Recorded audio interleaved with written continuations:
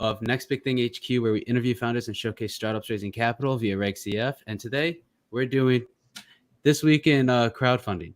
So this is where we showcase, what's happening in This Week in Crowdfunding. We have Woodie and Yvan joining us, Crowdfund Capital Advisors and CClear.ai. So thank you two for both joining us. And what's going on? How are y'all doing? Awesome. Good. How are you? Doing well. So Woodie, you're going to present the February data, basically recapping the Reg CF, what's happened, keeping the investors, keeping those who are interested in investing updated. And then maybe just kind of teasing the audience a little bit. Is there anything exciting or anything that caught your eye when you were looking through the February data? Good question. And yes, there is. As a matter of fact, right before I got on this, I was looking at something. I was like, well, that's fascinating. I didn't realize that. And I'm going to get to that in 1 second. So do you want me just to jump in? Yep. Yeah, that'd be great. So everyone, it's great to be here with you. The key things that I'm seeing, just the overall trends, is we're seeing deal flow constriction happening in the marketplace because I think people are still trying to time the market in terms of, is this the right time to go out to raise capital? My response to that would be, if you look at the data, you're seeing more dollars come in, really than, not than we've ever seen, but it's at very high levels. But the number of investors that are writing checks is actually falling. So when you pull all that together, what we're seeing is fewer deals raising more money at higher check amounts. And we've talked about this trend for the past couple months. I'm going to sort of take a little different spin on things today. I sort of want to show you guys the back end of how we at CClear and how we sort of have all the data and we visualize it to then turn it into actionable sort of results. So let me share my screen with you for a second. And let's go to entire screen. Everyone's gonna see themselves right here too. But I'm gonna just quickly get out of that. And there's, all right. So let me try and get a lot of the stuff behind there out of the way so you're not distracted. So every day, we look at what's coming in with all the different offerings. I think it's interesting to see, if you look at the bottom left here, this tells you how many active deals there were on a daily basis. So, right now there's over 650 active deals, but there were only 168 of them that were actively receiving commitments. Yesterday wasn't the best day. There was 266,000 committed, but something happened, because if we go down to the bottom here, we see that $1 million was withdrawn from one of these campaigns. This one went from 0 up to $1 million and back down to 0. So, every day we're looking at all this data on all of these companies that are raising money online. And this top number changes on a daily basis, but it really rolls into what's happening in these charts here. And in the past, I've shown you guys how these sort of charts move in up and down, but this is like the core data summarized on an aggregate level. And yes, I know we're talking about February, but we're already into March. And you can't really look at March in terms of what's happening here because we're only 21 days into it. But you can see by looking at February, we were 49.7 million, which was up over January and down a bit over or up from last year. So more dollars are flowing in.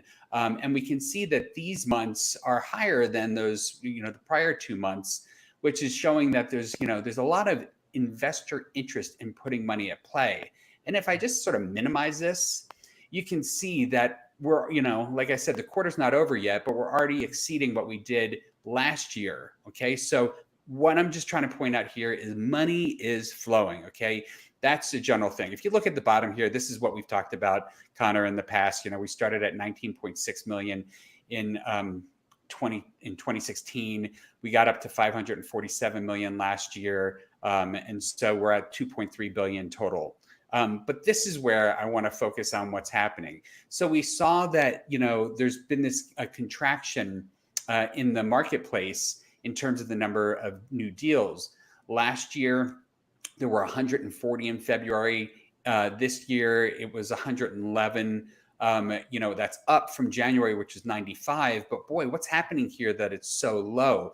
It's really dropped off quite precipitously, particularly when you look at what happened here in 2021.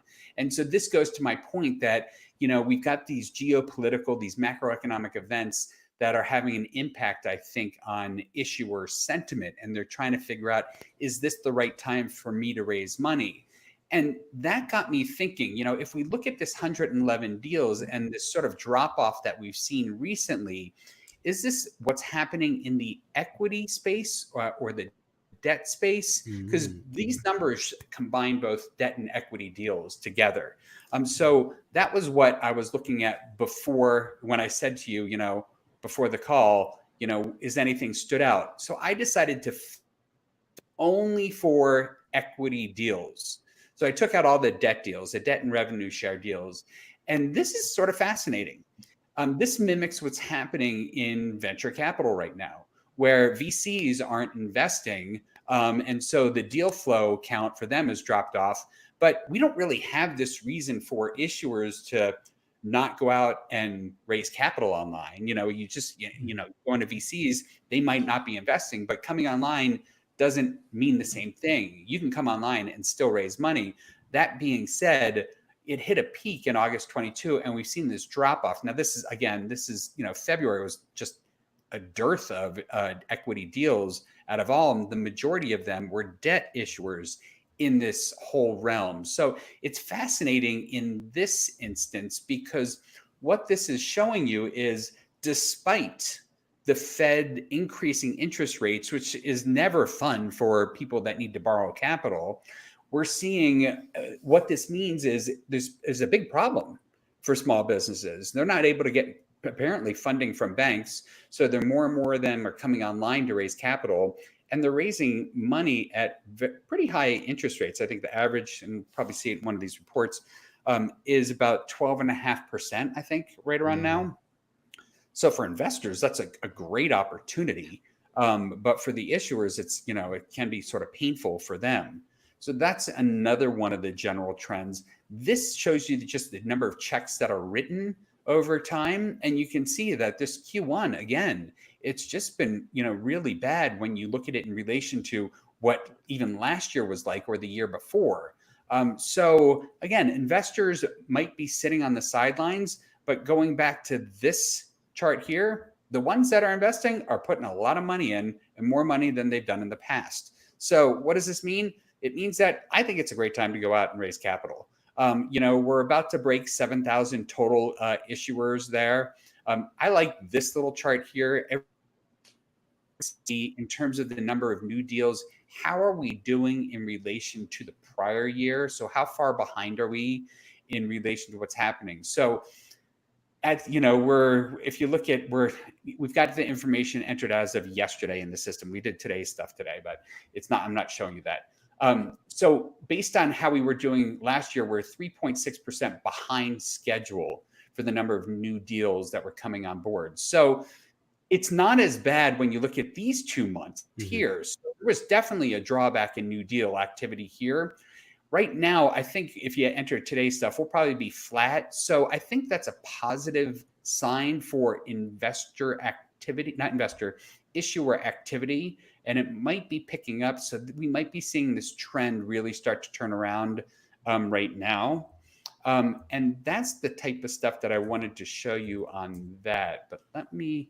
Woody, I have a couple questions. Yes. The first question is, when you see this many debt crowdfunding deals being issued from issuers, what are you reading into that?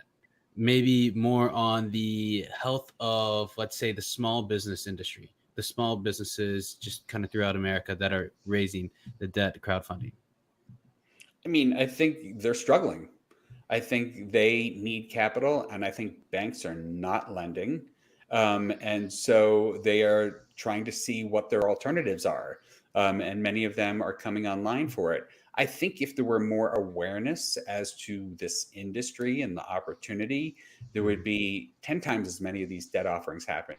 But if you look at the debt platforms, Honeycomb, SMBX, Mainvest, I mean, we're seeing more and more deal activity. Honeycomb has been skyrocketing in the number of new deals for the past few months. It's just been amazing to see. So I think they're sort of breaking out of the pack in terms of getting people aware of it, but it's just not easy to access capital right now. And you know what? Maybe people don't want to raise capital or borrow at 12.5% interest rate. I mean, that's painful.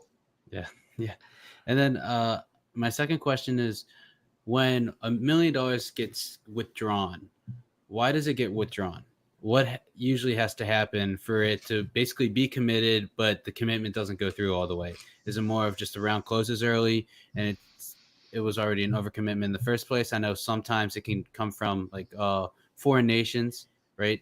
And it's not accepted within the U.S. Yeah, I think you're hitting on a lot of the things. There are what we see when we capture capital is capital that's been committed but hasn't necessarily gone through all the KYC, AML. They just might not pass the checks that are required for them to be able to invest. So in those cases, we do have capital come back. Now, what you saw with that $1 million go in and come out is by far an anomaly. And maybe I shouldn't have shown you that because it was an anomaly. You don't like to use anomalies as the example. But you do see frequently, and in that you probably saw, there were many campaigns that had $2,000 withdrawn or, $10,000 withdrawn. We see that on a regular basis just because as these commitments clear or don't clear, they either stay in or they come out. Okay. Woody, I have a question too regarding the mix between startup companies and mature companies. So what's the trend there? Is that related to the, lower deal flow but bigger checks? Is that also related to the fact that there are more mature companies versus the startup companies that are raising money? Yeah, I think there's a 100% correlation between that. Okay.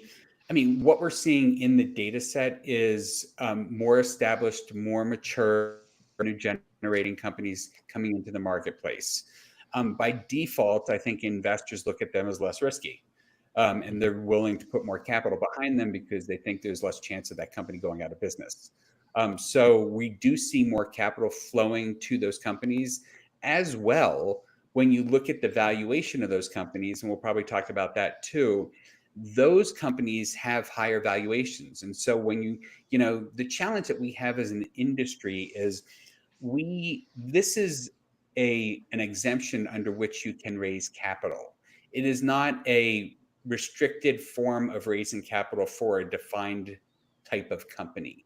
And what I mean is you can be a pre-revenue company right out of the gate with an idea and raise money through regulated investment crowdfunding. Mm-hmm. But you can also be, my assistant and I were just talking about it today. There was a 70-year-old company raising money through this. Okay. So, this applies to whomever.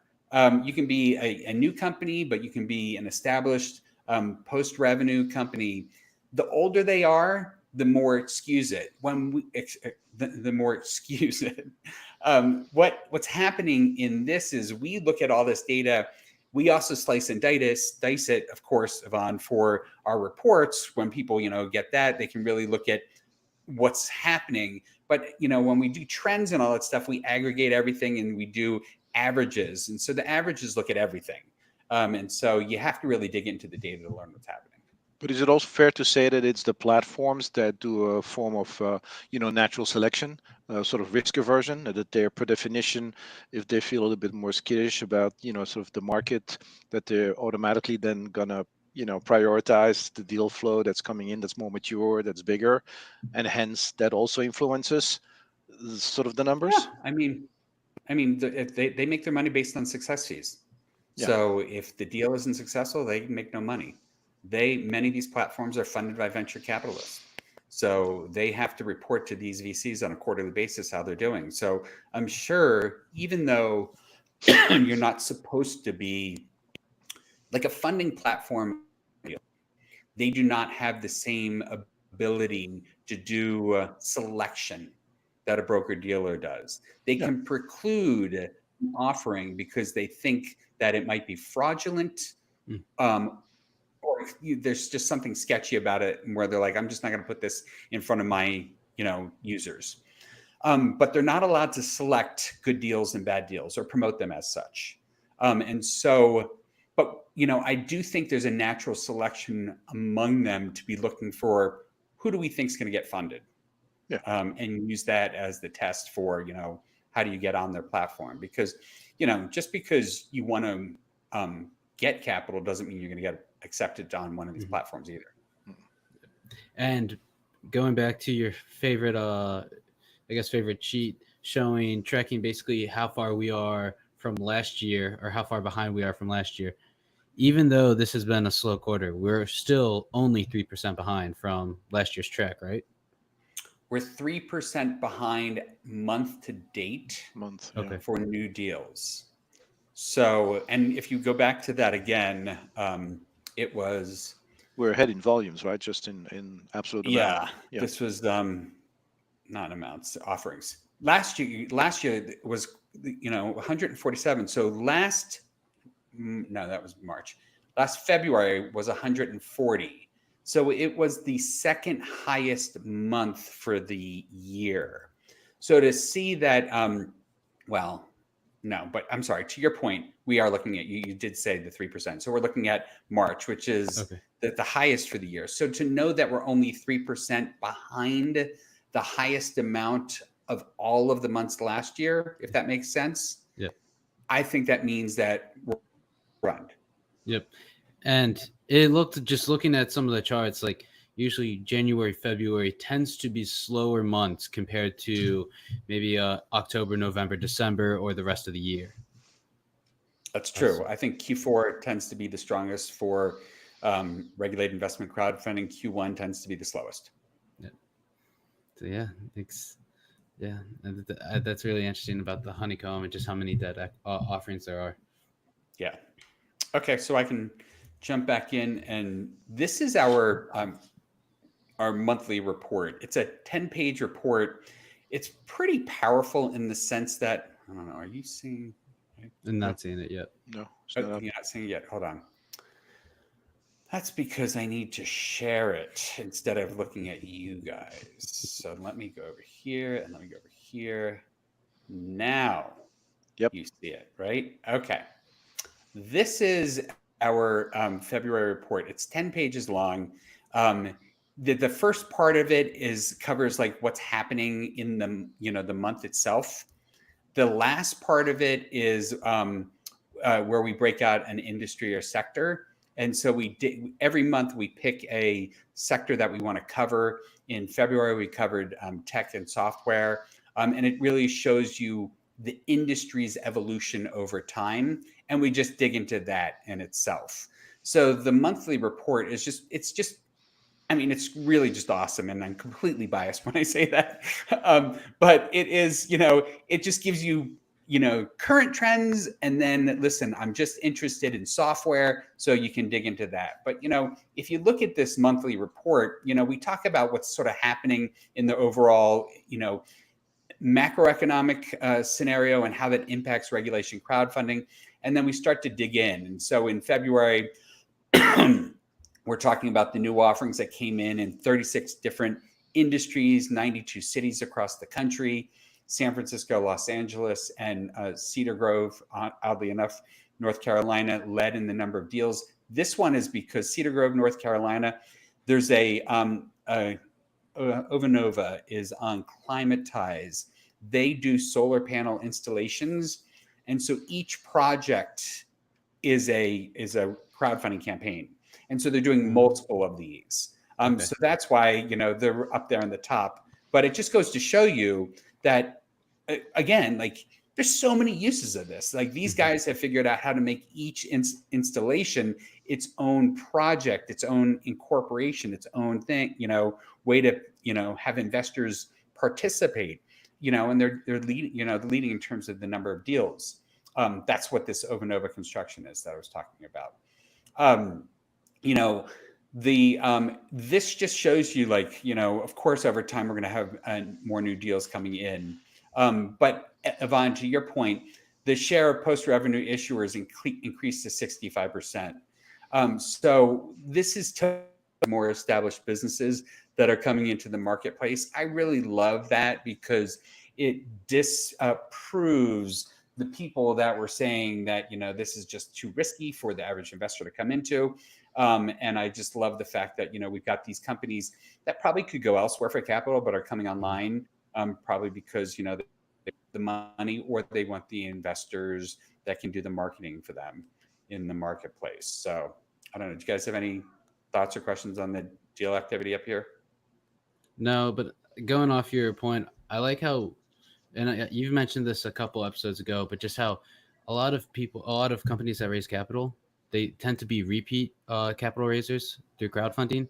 And I think that's just a sign of how powerful it is when you get a crowd behind you, and how, these companies know that they can raise capital from, VCs or elsewhere, probably a lot more capital faster, but they decide to go the crowdfunding route because they know the importance behind getting a crowd behind them. And they really like kind of having this crowd go on the journey with them as they continue to grow and scale.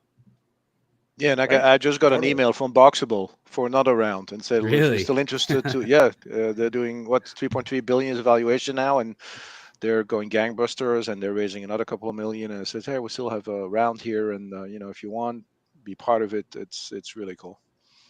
I heard a Yeah, I mean, stat. I think that's still a great story because, while you didn't get in at the 42 million valuation, this might be an IPO play, so, Yeah. if you're not locked up in a holding period, it's very likely when that, the day that stock trades or goes public, there's going to be a spike in those shares. So, at that point, you just want to have a conversation with the broker dealer facilitating it, saying, do not hold me, put me in a lockup period. Yeah, Kevin Fulmer from CrowdScale, he said that 2% of all crowdfunding investors have invested in Boxable, just from all their consecutive raises. So, like, a win with Boxable going public would be massive for the industry, with 2% of all investors having invested in Boxable. Sure. So, that's I think that's a very exciting potential that might happen at the end of 24, maybe 25 sometime. Mm-hmm. Yeah, we'll see. So, I would love that. I would love that.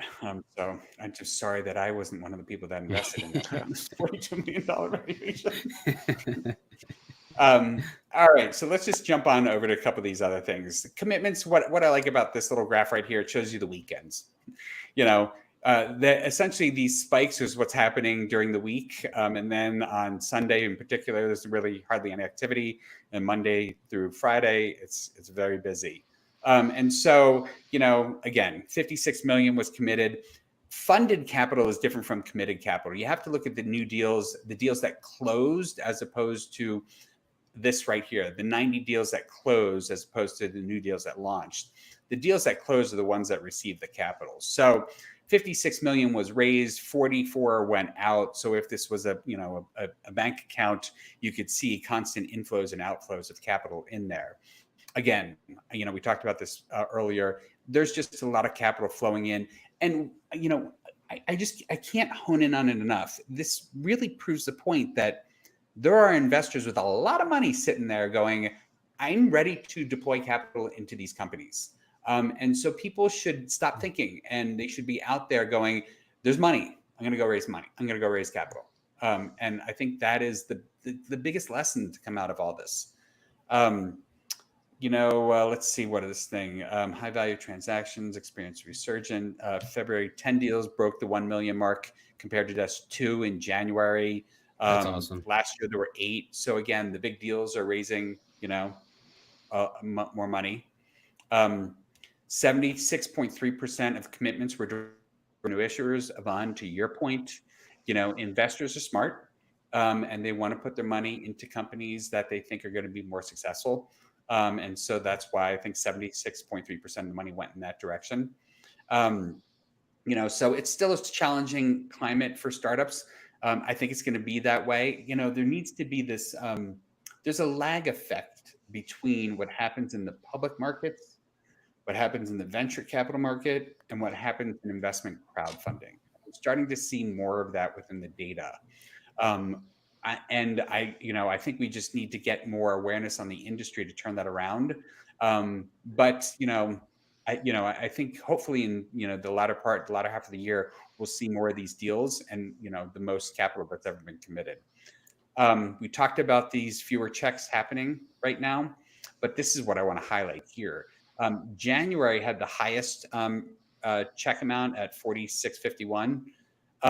But in February, it was still at over $4,000 right there. So that says a lot about what investors are willing to risk, particularly in relation to last year when it was $1,700. Yeah. So again, this chart over here just shows you week over week what's happening. Yeah, do you guys have any thoughts on either of those? When you see the check size rise, does that what are the implications that you read into that if you compare, all right, well, the average check went from 1,700 to now 4K? Is it just more of like a supply demand, or are you seeing it more as people starting to change their view more on this overall industry and like these are actual investments that they want to make? I think a big part of it, again, that's my opinion, is that a lot of people are, like companies coming back for, follow-up rounds. These are follow-up investors. People are starting to investing small, and then they see that actually, it's easy, works well. I actually have a very good experience. So obviously, you want to diversify. It's like VC, right? You want to be your own VC with this thing. So you want to have many, many different opportunities in your portfolio. So I think a lot of people are just continuing to deploy, and as they deploy more, they'll do bigger checks because the experience has been positive, and so they take on more sort of risk, if you want. That's, I think, definitely part of the explanation. And there's probably investors that are just looking for deal flow. Yeah. If VCs aren't investing, by the way, keep in mind, a lot of these deals now have VCs that are part of VCs, so accredited investors that on their own are investing in these deals. So you're seeing things that we've never seen before, where we've got a lot more leads happening in the marketplace. And these leads are, negotiating the valuations and helping out with the terms of the round itself. And I think they're just, they're looking for deal flow as well. Yep. And then I saw the median valuation was 17.5. Mm-hmm. So compared to last year, where does that, I guess, rank? Is that I'm pretty sure last year was what, 14 million? Yeah, so this is the chart right here. It tracks, new deal median valuations. So these are deals coming in. And it's all over the roadmap, only because if, the older they are, the higher it's going to be, the earlier they are, the lower it's going to be. But the average for February hit a record high of 20 million, which was significant growth over 12 million in both February of 2023 and January of 2024. Valuations are just, jumping up to the highest level. A lot of that, again, is driven by these post-revenue established issuers valuations. As a matter of fact, if you look at this sentence right here, the pre-revenue issuers experienced a valuation reset, dropping from 9 million in January to 5 million. Okay, that's what I want to see.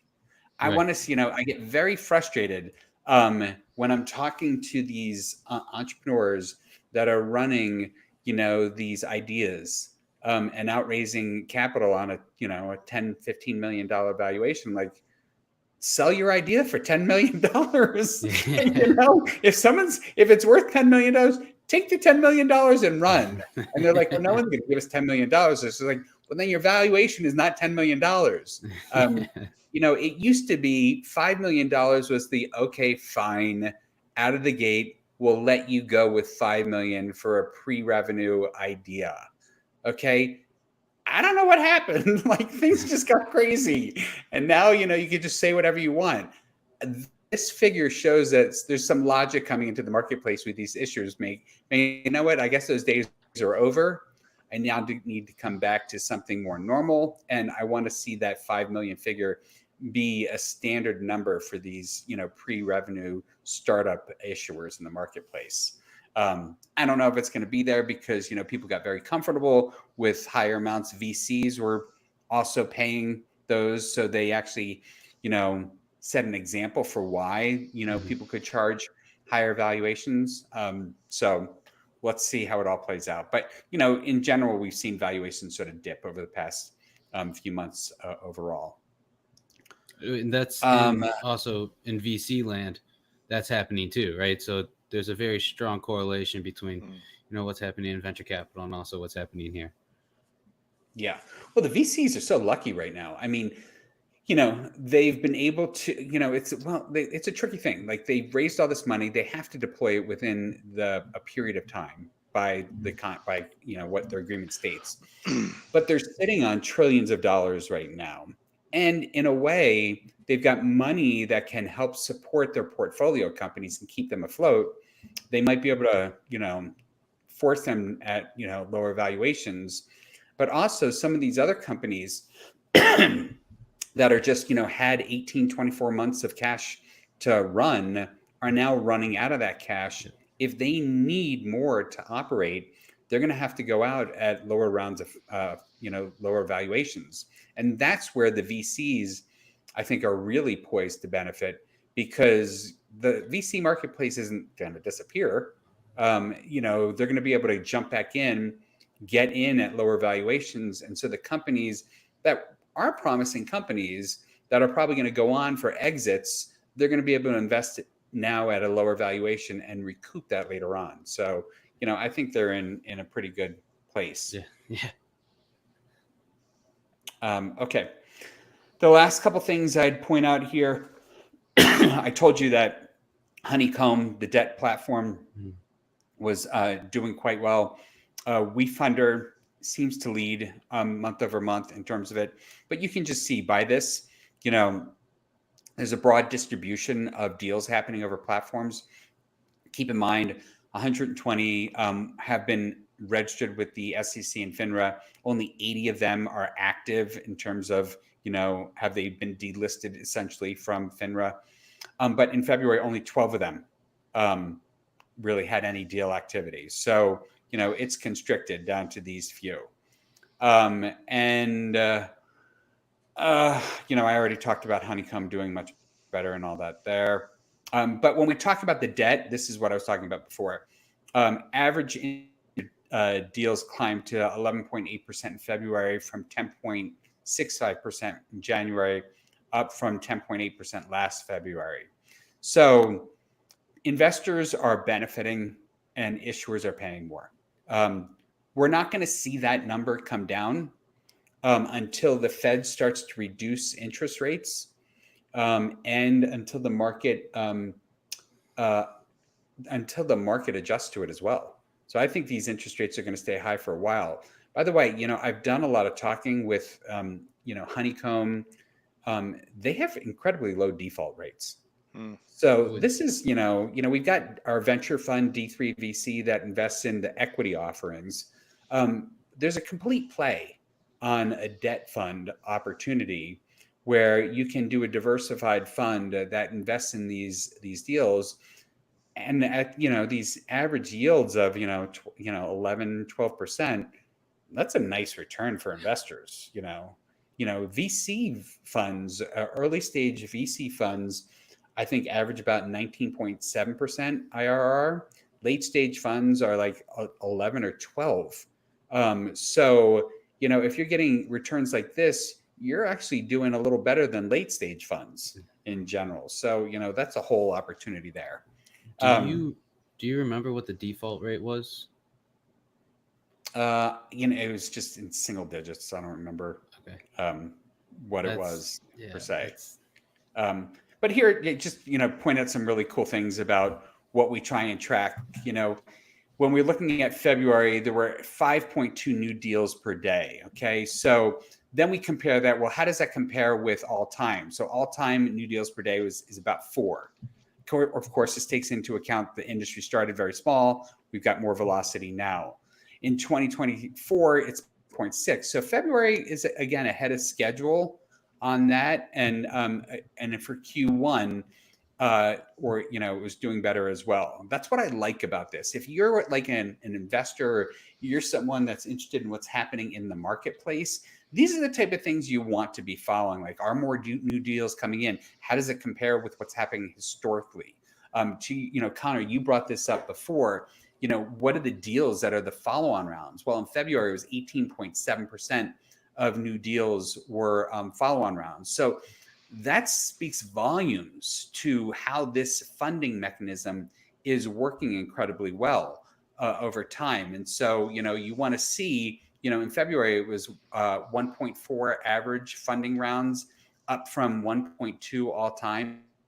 More people are looking at this not as a one and done type of financing, but a one and again type of financing. So I think it's sort of cool that way. And that's what we're trying to do in this. You've got this sort of header up here that tells you what happened in the month. And then we've got these boxes here that help you compare it to what's happening. So you could see, are things getting better? Are they getting worse? What is happening over time? And, I could probably spend 10 hours going over this, but I won't. California, of course, typically leads. This month, though, Texas had the most commitments going in there, and it looks like Georgia had the most. So Georgia, Texas, and probably New York. So it's always interesting to see where is capital flowing in the country. What I love about this report too is it's really here. A lot of people are like, I'm lazy, I just want to know where I should look, and they don't have time to go through 8,000 deals. So, what we try and do for the month is we try to highlight the top deals of that month. And so what we're doing here is just showing which of the deals have raised the most money that month. And you can look at what round they're on, what their prior year revenue was, if they've done, follow-on rounds, what's the percent change in valuation? That's a great indicator right there if things are improving or not. You can see the period commitments, total funding, and this industry sentiment I really love as well. So you can see under industry, we've got financial services, automotive, and smart mobility. The chart on the right sort of tracks that industry sentiment over a 12-month period. So you could see if and this is in investment crowdfunding investors into these industries. So you can see what's getting hot, what's cooling down. Like consumer retail was hot in the beginning of the year. You can see that under Curl Mix. It's sort of gotten cooler over time. But you can see technology and software. Look at how that stayed pretty strong over time too. So there's many ways in which we tell people they should be looking at this monthly chart. I always talk about economic stimulus when I'm talking to local, regional government officials, federal people as well, because this is pumping money into these local economies. So I like to point that out, that this is not only a jobs engine, but we are really supporting local economies all across the country.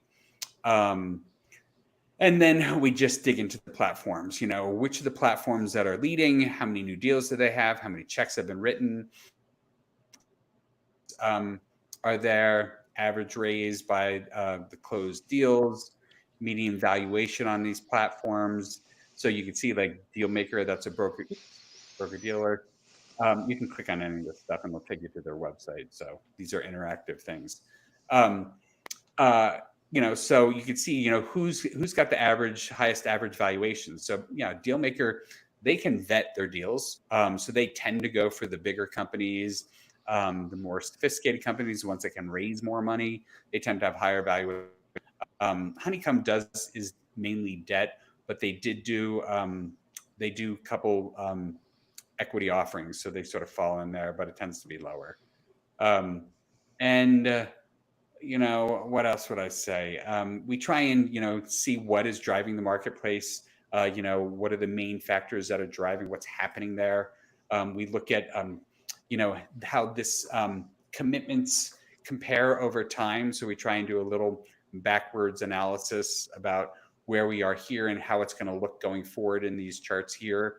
We can do all this. We use Tableau for that. And to what we've been talking about, this startup pre-revenue, this one's really powerful because it shows you what percent of the marketplace is made up by these different types of issuers. So all that stuff is pretty cool. I've been rattling on for a while, so I can just take a break and see if you've got things that you want to ask. I just wanted to, Connor, go ahead, but I just wanted to show a little bit of the, the new platform that we have and the sort of the store, if you want, the membership area. We'll find back some of these things because I think it's going to be helpful, and also it's going to show some other things that we can talk about, next month. One of the things is a new report called Capital Pulse, and then also the Market Navigator, which is a completely novel platform that we're about to launch as well. But Connor, go ahead. You had some questions. Well, I was just going to ask for everyone listening, where can they get that monthly report? How can they access it? Shop.cclears.ai. That's the brand new link to the, I call it a membership site where we have products and services. Some of them are free, some of them are subscription based, and some of them you can buy. But I think it gives you an excellent overview. I can just pop up the, let me see the screen here. Hold on. Window, where am I? I think that. Well, he's pulling that. Oh, he's got it good. Right. You guys see that? There you go. Yep. So this is the homepage. We have always on the top here the one product that we want to highlight for the month or for whatever reason. But this is really one of the newer reports. And again, as I said, maybe we can spend some time next month talking about it. But this is really sort of the, if there's only one thing you want to have, and you say, look, it's all great. I want to invest. I have $50,000, but I have no time to do my research. Where do I go? What do I do? Well, you download this, and it gives you every week with our proprietary algorithm the top 15 offerings across the board of what we think in 5 different categories. What are the most interesting and the best offerings that you should look at right now? So basically, that's where it cuts all your due diligence, right? It says, like, if you're only going to look at some companies, start with these, and you cut out 90% of the bad stuff out there, right, Woody? I mean, yeah. I mean, that was the whole point of putting this together. We essentially look at all the data for signals in the data set to see, what are the companies that have gone on to do great things. And then the companies that you see on that report are the ones that match the signals. So for, a lot of it is quantitative stuff. So they've got revenues that match revenues of companies that have gone on to do great things. The net income was, either positive or very low losses. So we're looking at that. We're looking for valuations that are in line with industries. And essentially, to what Yvan was saying is, we tried to do the quantitative stuff that other people spend hours or weeks doing and reduce that down to this report, so that you can actually then do your human layer of diligence on it and learn more about, the team and learn more about the individuals, and then make your investment decision based on that. This is just meant to be, your guide to speed things up. Yeah, so as I said, go ahead, Connor. Sorry. I've always believed one of the biggest hurdles before making this decision is just the amount of information you have to kind of parse through, figure out, and then you have to kind of weight it and figure out, all right, well, does this weigh a little bit more than this? Kind of calculate, should I make this investment? Should I not? When you have all the information lined up for you and you can see the signals, the signals that have been vetted from you guys that have done a ton of research, have put in, hours, days, weeks, months, even years of just researching, studying, it saves so much time going forward, and it helps you make a smarter, better investment too. So that's the idea. And so the rest of the website, as you can see, so we've put everything on there. We have our free weekly macro overview, the weekly tear sheet. We have as I said, the Capital Pulse ratings report, which was highlighted a second ago. Then we have our standard, flagship reports, the bi-weekly crowdfunding report, and then the monthly with the sector analysis that, Woody highlighted today. And then obviously our annual report is always available there as well. So again, this thing is your first port of call, right? It's shop.cclear.ai, and we'll expand this as we go. But I think it's a fantastic new place to be and vehicle for people to check out and connect with us. And obviously, we're always available for more information should they want more information. But that's what I wanted to show. And if people do want to reach you, where can they reach you? For me, it's simple. Yvan at cclear.ai. And for me, it is Sherwood at theccagroup.com. Makes for a very fine combo. Yep. I mean, but people really should check out cclear.ai. They, I invite people to check out our website, crowdfundcapitaladvisors.com too. We don't just, do data. We are constantly advocating.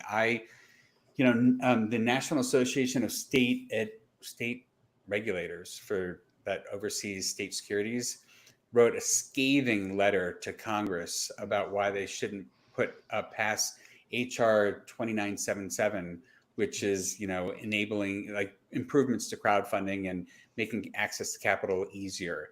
And it was based on zero fact. There was zero data to support all of their in doubt, and it just really irritated me. So I wrote a scathing rebuttal to their rebuttal, and just threw data behind everything that they said would happen to prove that it has not happened with data. And so if you go to our website, we have those letters that we send to Congress. We talk a lot about the data that is part of CClear. You can see offerings related, that have raised money. So our website's got a ton of information. Well, I recommend everyone check it out. Check it out. I mean, the monthly reports are great, and as always, I always appreciate both of y'all coming on. So thank you. And I guess any last thing to say? Maybe a little prediction on what you think is going to happen in March, by the end of March. A little maybe like cliffhanger for next month. Last March we saw was the strongest month of the year. That was 147. If we hit that again this year, I think that 2024 will by far be the most number of deals. And instead of, we've had about $500 million committed each year for the past 2 years, I could see that number get close to $750 million.